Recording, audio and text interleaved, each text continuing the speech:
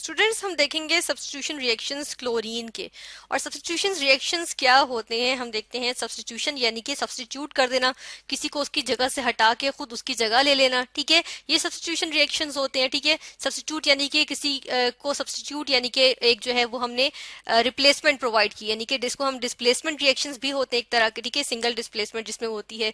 यानी कि अगर हम देख लें कि ए बी हमारे पास एक रिएक्टेंट था, इसने किसके साथ रिएक्ट किया, एक्स के साथ, ठीक है, और हमारे पास जो प्रोडक्ट आ रही है वो क्या आ रही है, हमारे पास आ गई ए एक्स, ठीक है, यानी उसने उसको उसकी जगह ले ली। ठीक है, हम देख रहे हैं कि एक्स ने जो है वो बी की जगह ले ली और हमारे पास क्या आ गया, बी जो है वो अलहदा आ गया। ठीक है, तो इस तरह के जो रिएक्शंस होते हैं वो हमारे पास कहलाते हैं सब्स्टिट्यूशन रिएक्शंस। और अब हम यहाँ पे इसकी एग्जाम्पल भी देखेंगे। ठीक है, इसकी एग्जाम्पल देख लेते हैं हम। यहाँ पे क्लोरीन किस तरह के रिएक्शंस शो करता है, हम यहाँ पे लिखते हैं सबसे पहले सल्फ्यूर हाइड्रोजन सल्फाइड के साथ। ठीक है, हाइड्रोजन सल्फाइड हमारे पास क्या होता है, H2S, डाई हाइड्रोजन सल्फर भी इसे कहते हैं, या H2S हाइड्रोजन सल्फाइड। ठीक है, और हमने इसका रिएक्शन करवाया क्लोरीन के साथ। अब हम जो ये रिएक्शन करवाएंगे ये हम जो है वो गैशियस हाइड्रोजन सल्फाइड का रिएक्शन करवाएंगे क्लोरीन के साथ। ठीक है, गैशियस क्लोरीन के साथ, और ये एयर की प्रेजेंस में या ऑक्सीजन की प्रेजेंस में हो रहा है। तो हम देखते हैं कि हमारे पास जो है वो एलिमेंटल फॉर्म में, यानी कि एलिमेंटल फॉर्म में हमारे पास जो है वो क्या आ गई, सल्फर आ गई। और क्या चीज बन जाती है, हाइड्रोजन क्लोराइड या हाइड्रोजन क्लोराइड गैस बनती है, क्योंकि गैशियस फॉर्म में हो रहे हैं, इस वजह से हमारे पास हाइड्रोजन क्लोराइड गैस बन जाती है। ठीक है, हम एक्वस फेज नहीं ले रहे इसमें। ठीक है, तो हम देख रहे हैं कि ये हमारे पास क्या बन गई, हाइड्रोजन क्लोराइड गैस बन गई। और इसके साथ के साथ हम जो है वो बैलेंस करते हैं इक्वेशन को कि यहाँ पे 2 हाइड्रोजन है, अगर यहाँ 2 लगा दें तो हमारे पास यहाँ पर भी हमारे पास यहाँ पे भी 2 हाइड्रोजन हो गए। ठीक है, फिर क्लोरीन भी 2 हो गए, सल्फर भी हमारे पास जो है वो बैलेंस्ड है। ठीक है, ये इक्वेशन आ गई हमारे पास। हम देखते हैं कि अगर ये हमारे पास जो ये रिएक्शन है ये एयर की प्रेजेंस के बजाय हम वाटर में अगर ये रिएक्शन करते तो हम देखते हैं कि क्या रिएक्शन होता। रिएक्शन कुछ यूं होता कि ये हमारे पास हाइड्रोजन सल्फाइड था। ठीक है, हम इसको इसका फॉर्मूला सही से करके लिख देते हैं, ये हाइड्रोजन सल्फाइड था। ठीक है, इसका रिएक्शन हुआ क्लोरीन के साथ, और हम कहते हैं कि वाटर भी मौजूद था, तो ये वाटर भी आ गया। रिएक्शन क्या होगा, रिएक्शन में हमारे पास जो है वो अब क्या बनेगा, हमारे पास एलिमेंटल सल्फर नहीं आएगी बल्कि क्या आ जाएगा, सल्फ्यूरिक एसिड और हाइड्रोक्लोरिक एसिड आ जाएगा। ठीक है, ये हमारे पास रिएक्शन होगा जब हम कहते हैं कि हमारे पास जो है वाटर की प्रेजेंस में हो रहा है या एक्वस मीडियम में हो रहा है। ठीक है, तो ये रिएक्शन इस सूरत में होगा। तो इसको हम इरेज कर देते हैं क्योंकि हमें इसकी जरूरत नहीं है, क्योंकि ये डिस्प्लेसमेंट रिएक्शन नहीं है हमारे पास, और हम जो है वो सब्स्टिट्यूशन रिएक्शंस देख रहे हैं। ठीक है, हमने जिस तरह से देखा कि हमारे पास एलिमेंटल सल्फर आ गई। ठीक है, अब हम बात कर लेते हैं, अब हम बात करेंगे कि अगर हमारे पास पोटेशियम ब्रोमाइड हो। ठीक है, यहाँ पे हमारे पास हो पोटेशियम ब्रोमाइड, ये हमारे पास पोटेशियम ब्रोमाइड है, हम सॉलिड फॉर्म में ले लेते हैं या इसका सोल्यूशन भी बना लें तो ठीक है। तो ये हमारे पास आया पोटेशियम ब्रोमाइड, इसने क्लोरीन के साथ यानी क्लोरीन गैस के साथ इसने रिएक्ट किया, और हमारे पास क्या बन जाता है, जो प्रोडक्ट्स हमारे पास आते हैं वो होता है KCl, यानी कि क्लोरीन ने सब्स्टिट्यूट कर दिया ब्रोमीन को। ठीक है, और हमारे पास क्या चीज आ जाएगी, ब्रोमीन जो है वो अलहदा आ जाएगी। ये ब्रोमीन की हमारे पास गैशियस स्टेट आ गई डायटोमिक फॉर्म में। ठीक है, इन 2 एटम्स मिलकर बना रहे हैं, ये हम देख रहे हैं। और इसके अलावा हमारे पास क्या आ गया, पोटेशियम क्लोराइड। ठीक है, अब ये जो पोटेशियम क्लोराइड बना है, हम ये देखते हैं कि पोटेशियम क्लोराइड किस तरह से बना। पोटेशियम क्लोराइड इस तरह से बना क्योंकि क्लोरीन जो है वो ब्रोमीन से ज्यादा रिएक्टिव होती है, इसलिए क्लोरीन ने जो है वो ब्रोमीन को जो है वो रिप्लेस कर दिया। ठीक है, यानी कि हम देखते हैं फ्लोरीन सबसे ज्यादा रिएक्टिव होती है, फिर क्लोरीन होती है, फिर ब्रोमीन, और आखिर में आयोडीन। ठीक है, तो हम देख रहे हैं कि हमारे पास सबसे ज्यादा रिएक्टिव कौन सी है, फ्लोरीन। तो अगर यहाँ क्लोरीन मौजूद होता और यहाँ फ्लोरीन होती तो वो फटाफट उसको जो है वो सब्स्टिट्यूट कर देता। ठीक है, लेकिन अगर यहाँ पे हम फ्लोरीन करते और यहाँ पे हमारे पास क्लोरीन ही होती तो हम देखते हैं कि ये रिएक्शन जो है वो इस तरह से ना होता। ठीक है, तो क्योंकि ये जो है वो सब्स्टिट्यूशन हुई है और जो है वो फ्लोरीन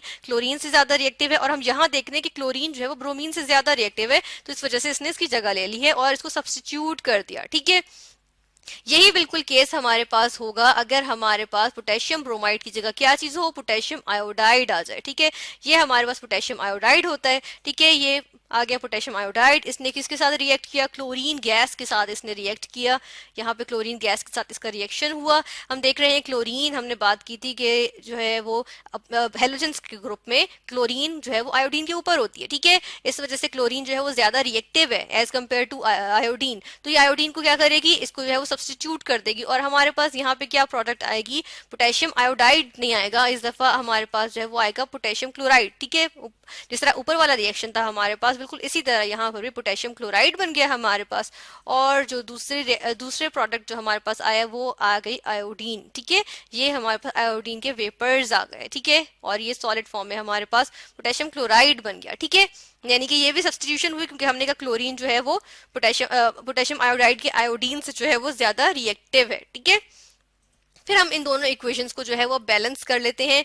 हम देखते हैं यहाँ पर हमारे पास 2 ब्रोमीन है, तो अगर 2 लगाना पड़ेगा हमें यहाँ पे, और हमें यहाँ पर भी 2 लगाना पड़ेगा, फिर ये इक्वेशन बैलेंस हो जाएगी। इसी तरह बिल्कुल इसी तरह हमें जो है वो इस इक्वेशन में भी दोनों जानिब 2 लगाना पड़ेगा।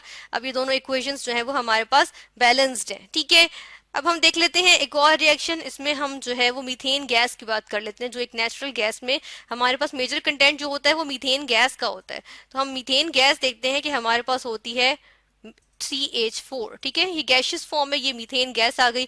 अब मीथेन गैस जो है वो सनलाइट की प्रेजेंस में जो है वो रिएक्ट कर जाती है क्लोरीन के साथ। ठीक है, क्लोरीन गैस के साथ जो है गैसियस क्लोरीन जो हमारे पास मौजूद होती है, तो इसके साथ मीथेन गैस जो है वो सनलाइट की प्रेजेंस में रिएक्शन करती है, और सनलाइट में हमारे पास जो है वो यूवी रेज होती हैं, अल्ट्रा वायोलेट रेज। ठीक है, उसके लिए हम मेंशन करते हैं एच म्यू। ठीक है, यानी कि ये शो करता है कि ये हमारे पास जो है वो अल्ट्रा वायोलेट रेज के लिए जो है वो हम शो करते हैं एच म्यू हम लिखते हैं। ठीक है, ये जो है वो इसका एक जो है वो हम कह सकते हैं कि एक फॉर्मूला होता है या एक्सप्रेशन होता है एक्सप्रेस करने का, कि ये सनलाइट के लिए की हम बात करें। ठीक है, फिर हम देखते हैं कि हमारे पास जो है वो प्रोडक्ट्स बन जाती हैं। यहाँ पे बनता है हमारे पास जो है वो मोनोक्लोरोमीथेन बन जाता है। ठीक है, मोनोक्लोरोमीथेन, इसको हम कहते हैं क्लोरोमीथेन कहते हैं, इसका हम नाम भी यहाँ पे मेंशन करते हैं कि ये है क्लोरोमीथेन। क्लोरोमीथेन बनता है, और ये रिएक्शन हमेशा सनलाइट की प्रेजेंस में ही होगा। ठीक है, ये रिएक्शन सनलाइट की प्रेजेंस में हुआ, हमारे पास क्लोरोमीथेन बनी, यानी कि हम देख रहे हैं कि एक हाइड्रोजन इसका जो है 2 क्लोरीन एटम्स ने एक गैसियस मॉलिक्यूल बनाया था क्लोरीन का, तो एक हाइड्रोजन जो है वो मीथेन का वो चला गया क्लोरीन के पास, और एक क्लोरीन जो है वो चला गया मीथेन के पास।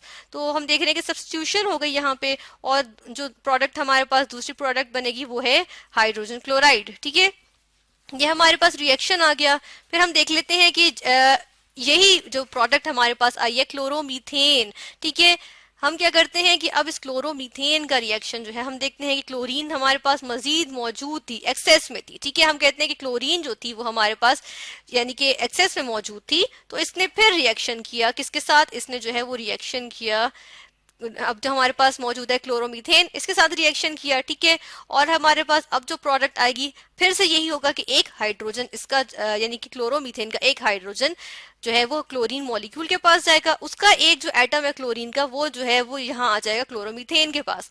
तो प्रोडक्ट हमारे पास एज द रिजल्ट क्या बनेगी, हमारे पास बनेगा, क्योंकि एक हाइड्रोजन निकल गया CH2 हो गया। ठीक है, और एक क्लोरीन यहाँ से इधर चला गया है, तो हम देखते हैं कि ये Cl2 हो जाएगा, डाइक्लोरोमीथेन आ गया हमारे पास। ठीक है, इसको हम कहते हैं डाइक्लोरोमीथेन, और जो प्रोडक्ट दूसरी प्रोडक्ट जो बनेगी वो हमारे पास फिर से HCl हाइड्रोजन क्लोराइड बन जाएगा। ठीक है, ये हमारे पास रिएक्शन हुआ, और हम देख रहे हैं यहाँ पे हमारे पास क्या चीज बनी है, ये बना है डाइक्लोरोमीथेन। ठीक है, अब 2 क्लोरीन है ना, तो इसको कहते हैं डाइक्लोरोमीथेन। ठीक है, और हम देखते हैं कि इसमें हमारे पास जो कंडीशन थी वो ये फिर से यही थी कि सनलाइट की प्रेजेंस में होगा। क्लोरीन जब रिएक्ट करेगा तो वो सनलाइट की प्रेजेंस में कर रहा है, और सनलाइट की प्रेजेंस के लिए हम जो है वो क्या फॉर्मूला लिखते हैं, हम यहाँ पे लिखते हैं H और न्यू लिखते हैं। ठीक है, H न्यू, यानी कि ये एक्सप्रेशन होता है सनलाइट के लिए। ठीक है, क्योंकि सनलाइट में अल्ट्रा वायलेट रेज होती हैं। ठीक है, तो ये हमने रिएक्शंस देखे क्लोरीन के, क्लोरीन किस तरह से जो है रिएक्टिव गैस होने की वजह से, एक रिएक्टिव एलिमेंट होने की वजह से इसने जो है वो सब्स्टिट्यूट करके जो है वो डिफरेंट प्रोडक्ट्स बनाई।